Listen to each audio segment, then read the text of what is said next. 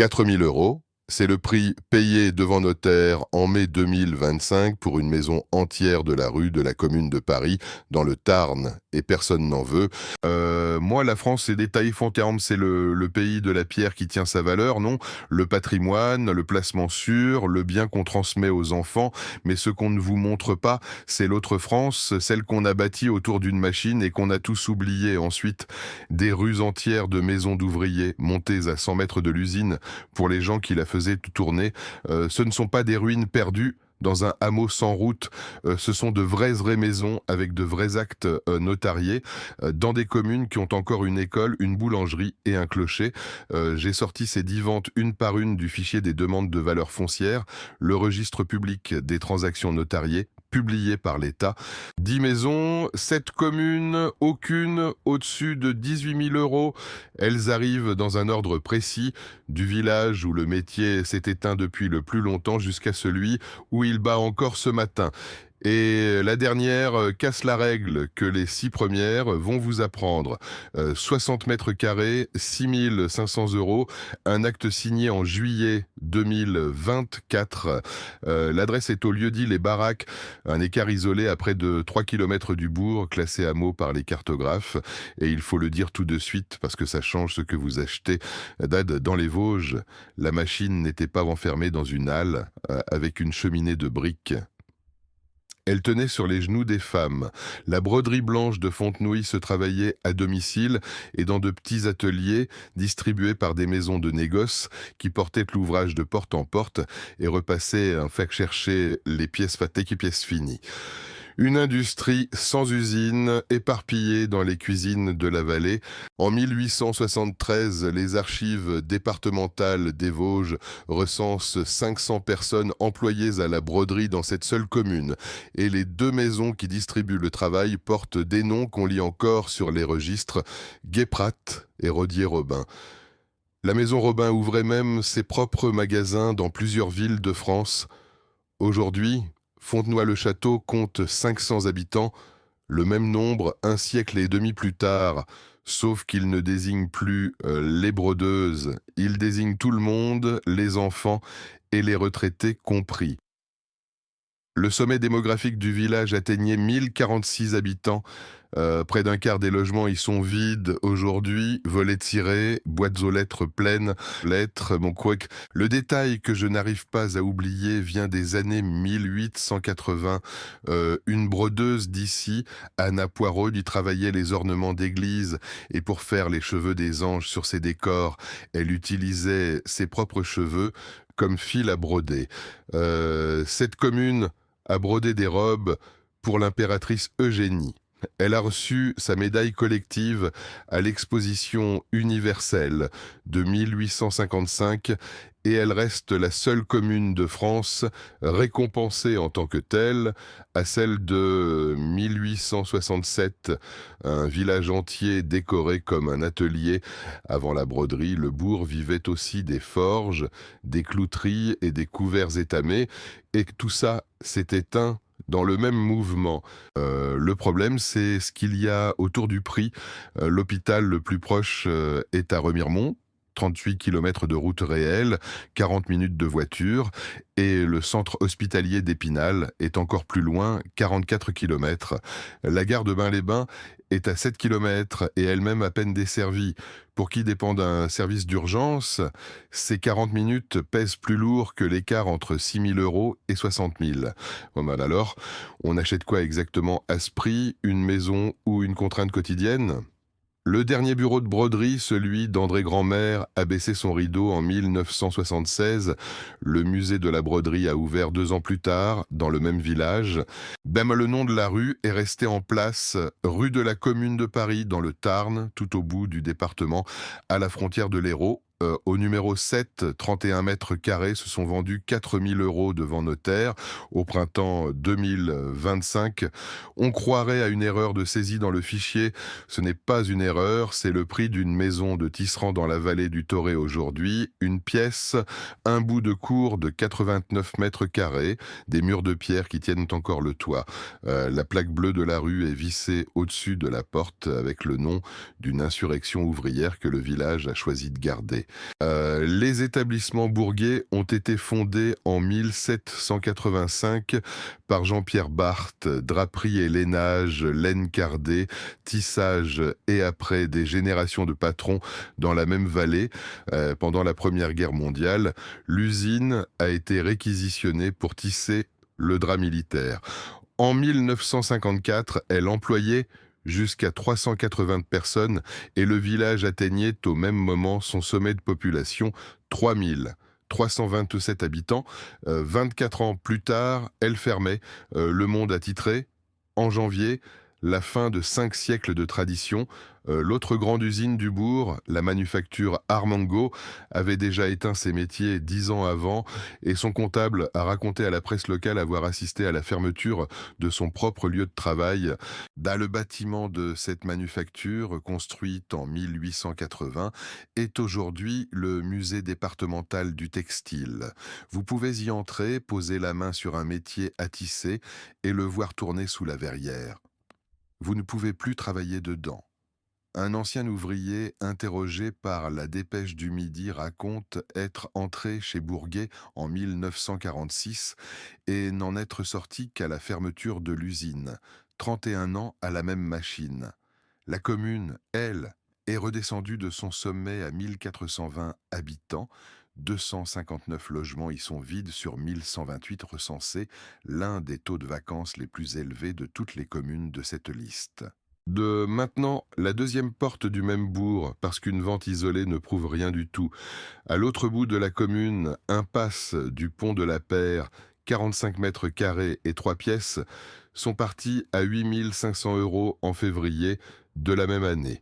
2 adresses, 2 actes, 3 mois d'écart et 4 500 € entre les deux. Le marché local tient tout entier dans cette fourchette. Et c'est justement ce qui rend l'affaire crédible. Vous n'êtes pas devant une aubaine que quelqu'un aurait bradé un mauvais jour, vous êtes devant le prix normal d'un bourg où la principale industrie a disparu de la liste des employeurs. Aimé Corbière avait hérité de la filature du Brugas en 1945. À la mort de son père, il l'a tenue un demi-siècle. Il a dû l'arrêter en 1996, la dernière filature familiale du village. Ses métiers, il ne les a pas envoyés à la casse. Il les a vendus à un industriel équatorien, selon son propre témoignage recueilli par la Dépêche du Midi en 2010. Ces machines sont à Quito et elles tournent jour et nuit. Le geste technique, l'enfilage, le réglage des peignes, tout ça a survécu au village qui l'avait appris, mais à l'autre bout du monde et dans une autre langue. L'inconvénient, ici, est géographique et il ne se négocie pas. L'hôpital du pays d'Autan à Castres est à 38 km par la route de montagne, 43 minutes quand la chaussée est sèche et il n'y a pas d'itinéraire plus court. Quiconque achète ici achète aussi cette route pour les courses, pour l'école du grand, pour le rendez-vous chez le spécialiste. Dans l'annuaire des entreprises de la commune, l'employeur qui déclare le plus de salariés en compte 19 aujourd'hui et il vend de l'électroménager. Le textile n'apparaît plus nulle part dans cette liste, il n'a pas reculé d'une case, il est sorti du tableau. Le bourg s'étire au fond d'une vallée étroite. Une seule rue principale et des maisons collées dos à dos contre le versant, exactement comme on les a construites pour que l'ouvrier soit à 4 minutes à pied de son métier. Dans l'ancienne manufacture, les métiers du musée sont alignés sous la verrière, huilés, complets, prêts à partir. Quand un guide en lance un pour la visite, le bruit remplit tout le bâtiment et c'est le seul moment de la semaine où ce village sonne comme il sonnait en 1954. Le prochain arrêt est à l'autre bout du pays, dans le nord, et il change complètement de registre. Le 1er mai 1891, la troupe y a tiré sur des ouvriers du textile en grève. 9 morts. 8 d'entre eux avaient moins de 21 ans. La maison la plus chère de toute cette liste se vend à quelques centaines de mètres de ce pavé. et une rue des Rouets. Le rouet, c'est l'outil qui file la laine, et cette ville du Nord a donné le nom de l'outil à une rue entière de ces maisons ouvrières. Au numéro 23, 57 mètres carrés et 3 pièces se sont vendus 18 000 euros en avril 2025. C'est la maison la plus chère de toute cette liste et vous allez comprendre pourquoi je la place ici quand même. Le terrain fait 55 mètres carrés, autant dire l'emprise de la maison et rien d'autre. Une façade de briques rouges, une porte, deux fenêtres et le mur mitoyen des deux côtés, le format standard de la cité ouvrière du Nord. Le 1er mai 1891, les ouvriers du textile de Fourmi sont en grève pour la journée de 8 heures. La troupe tire sur la foule, sur la place, en plein après-midi. 9 morts. 8 d'entre eux avaient moins de 21 ans. La fusillade de Fourmi est entrée dans les manuels, mais elle n'est pas un épisode lointain pour cette ville. Elle est le sol sur lequel les maisons de la liste sont posées. Cette ville n'a pas seulement perdu son industrie, elle a payé pour elle avant de la perdre. Et le pavé où ça s'est passé est toujours là, à quelques centaines de mètres de la porte vendue. Fourmi a été, à la fin du 19e siècle, le premier centre mondial de la laine peignée. Peignage, filature, tissage, la chaîne complète dans une seule ville. Un seul industriel, Théophile Legrand, qui avait lancé la filature du Malakoff en 1825, employait à lui seul près de 2000 ouvriers dans la région, travail à domicile compris.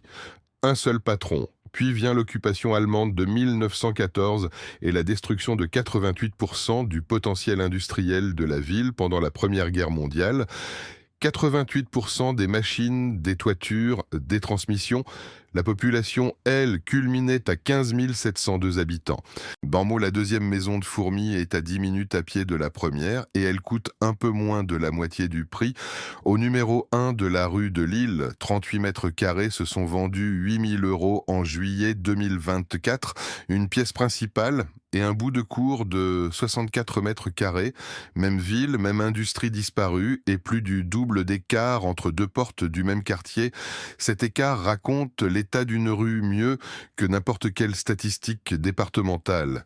Sur la façade de briques du numéro 1, la trace d'une ancienne devanture de commerce est encore lisible, murée à hauteur d'homme, avec la ligne du linteau qui dépasse. En 1919, les filatures de laine peignées de la région se regroupent dans une même société, 25 établissements réunis sous un seul nom. Au tournant des années 50, ce groupement n'opère plus que 11 usines. Les usines fourmisiennes d'un seul patron, Louis Florin, faisaient encore travailler plus de 3000 ouvriers et ouvrières en 1950, et pourtant l'industrie reculait déjà. Personne ne peut vous donner l'année où la dernière filature a fermé parce qu'il n'y a pas eu de dernier jour.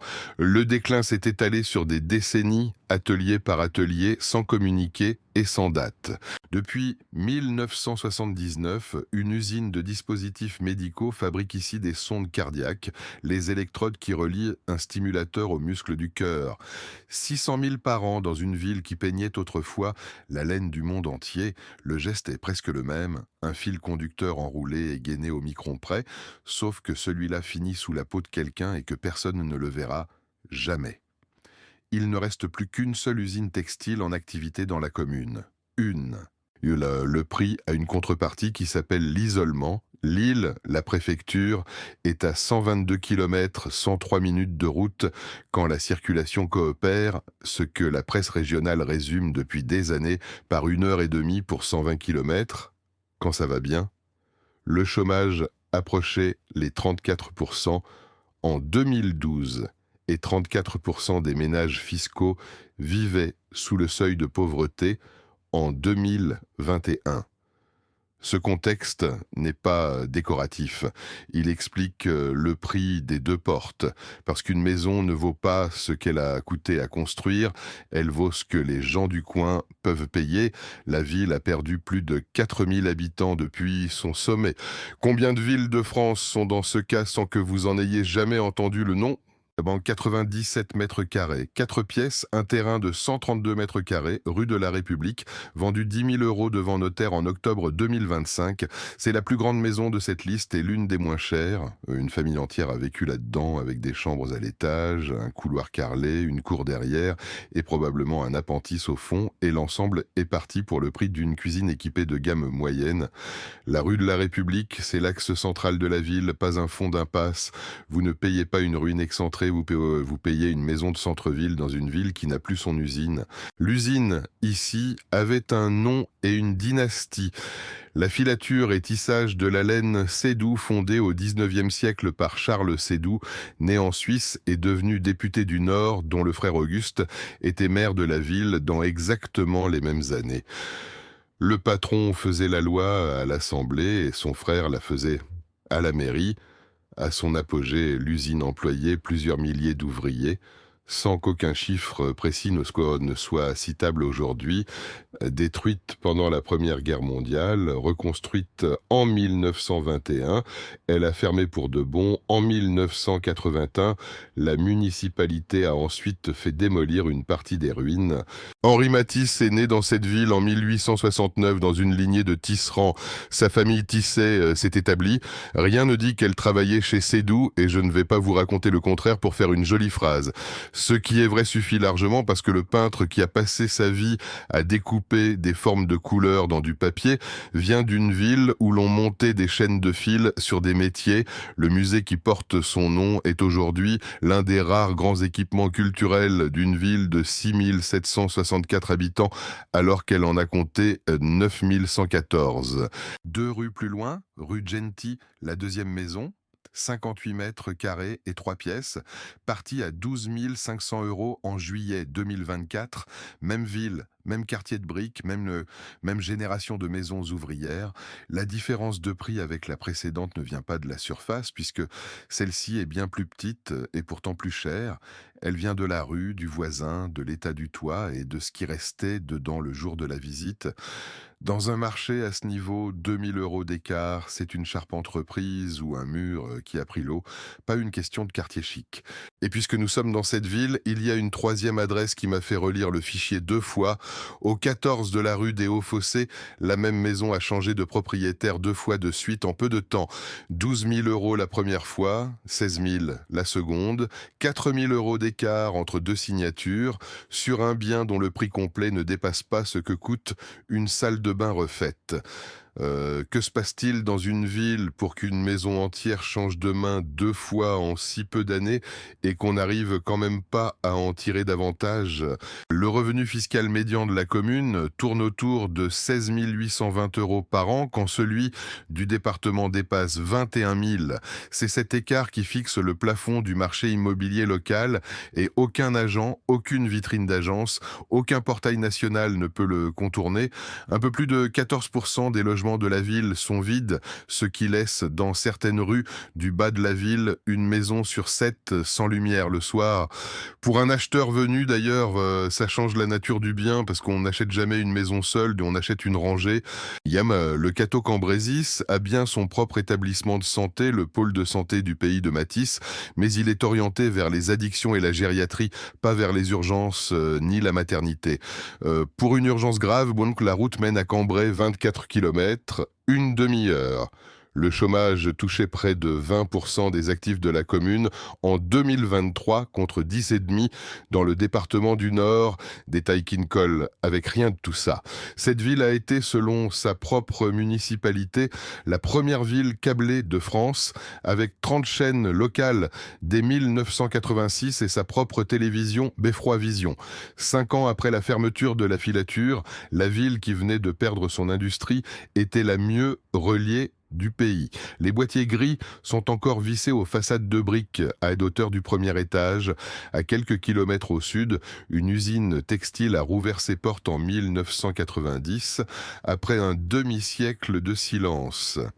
12 ans plus tard, elle refermait pour de bon et la maison qui va avec 4 pièces et 76 mètres carrés, s'est vendu moins cher qu'une Clio d'occasion. Ici, quelqu'un a essayé de rallumer la machine. C'est le seul endroit de cette liste où l'usine a rouvert après avoir fermé, et c'est ce qui rend la suite difficile à avaler. Au numéro 12 de la rue de la Paix, 76 mètres carrés et 4 pièces se sont vendus 10 000 euros en avril 2024, avec 81 mètres carrés de terrain autour, une maison de famille complète, 2 chambres à l'étage, un jardin de derrière dans un bourg du Nord de moins de 3000 habitants, posé à 4 kilomètres de Fourmies. François Boussu installe le peignage en 1866 et ajoute le tissage 5 ans plus tard. Les 3 étapes de la laine peignée sur un seul site, du flocon brut au tissu fini, ce qui était rare même dans cette vallée où tout le monde travaillait la laine. L'usine est partiellement détruite par l'occupante en 1914, reconstruite, intégrée au grand groupement lainier régional en 1920, puis fermée en 1936, en pleine crise. Première mort. À ce moment-là, le bourg comptait encore près de 3800 habitants et vivait presque uniquement de cette adresse.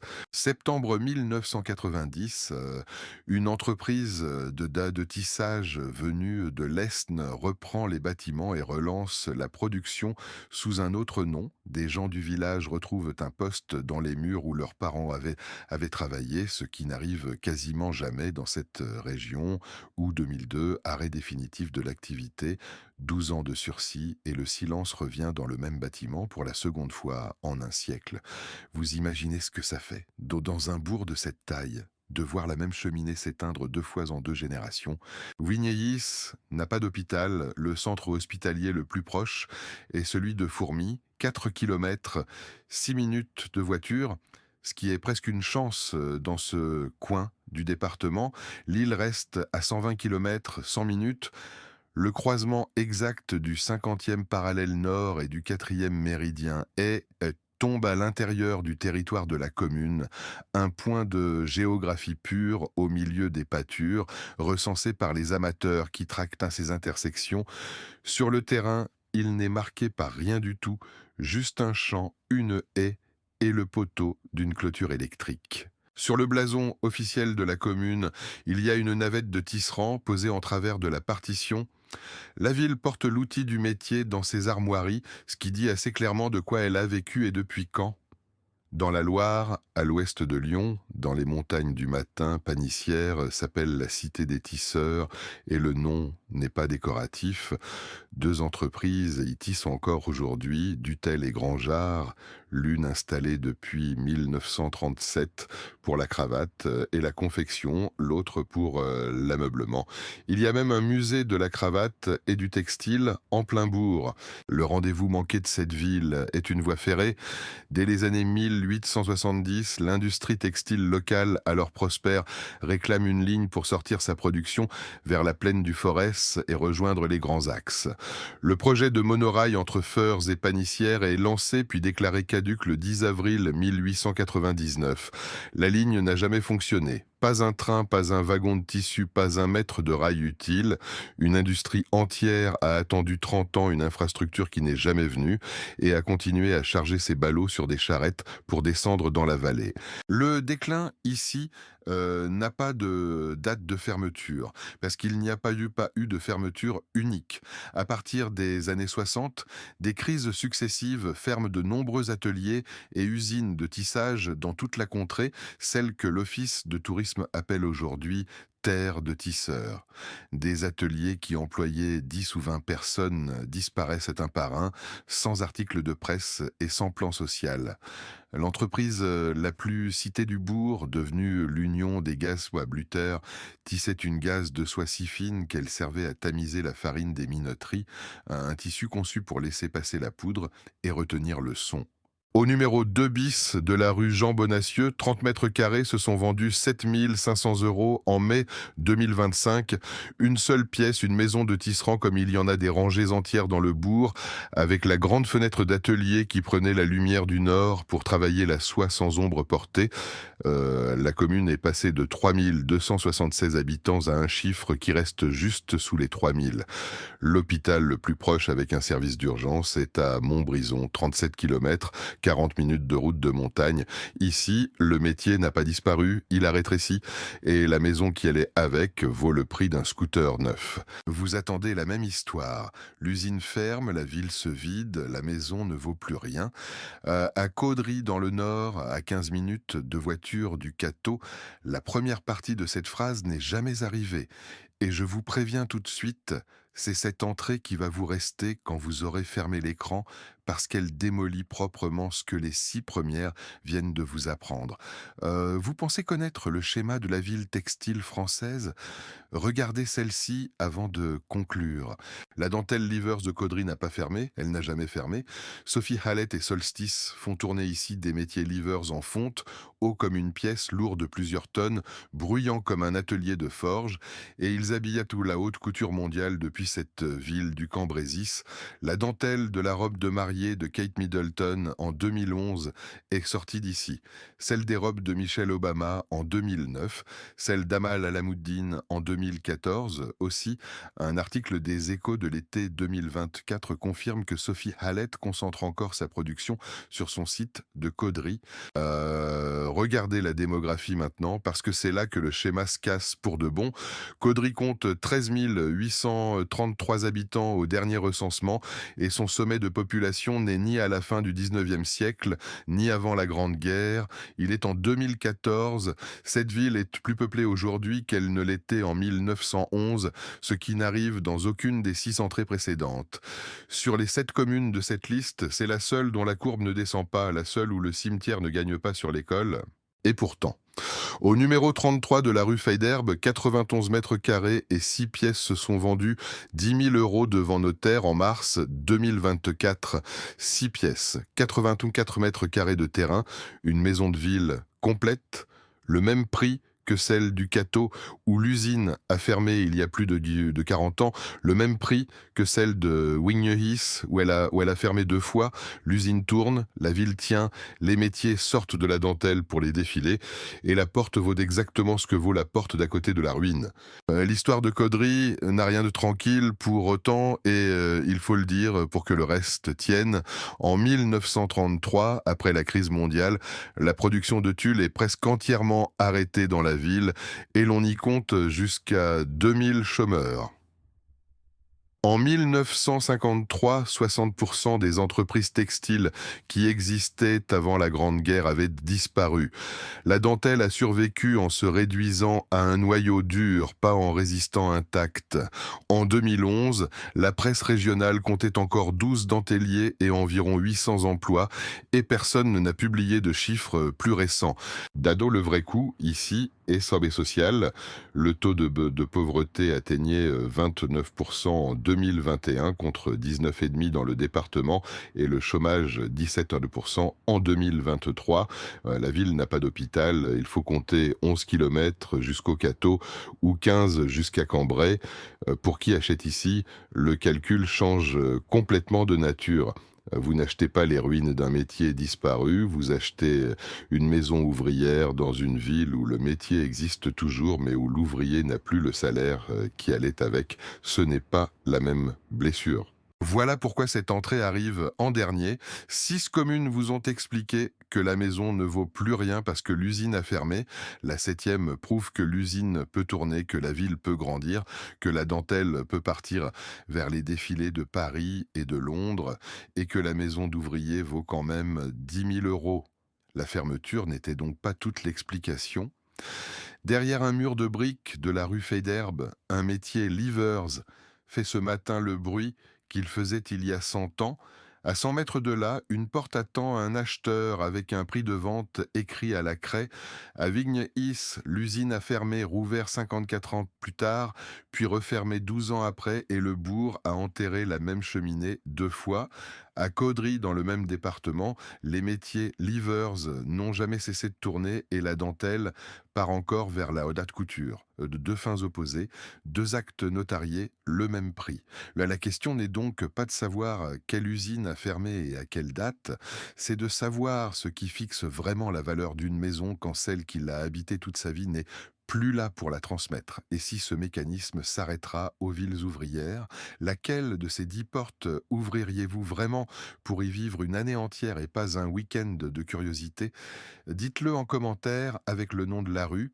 Et si ce format vous sert à voir ce pays qu'on a tous oublié, abonnez-vous, la prochaine liste est déjà en fabrication.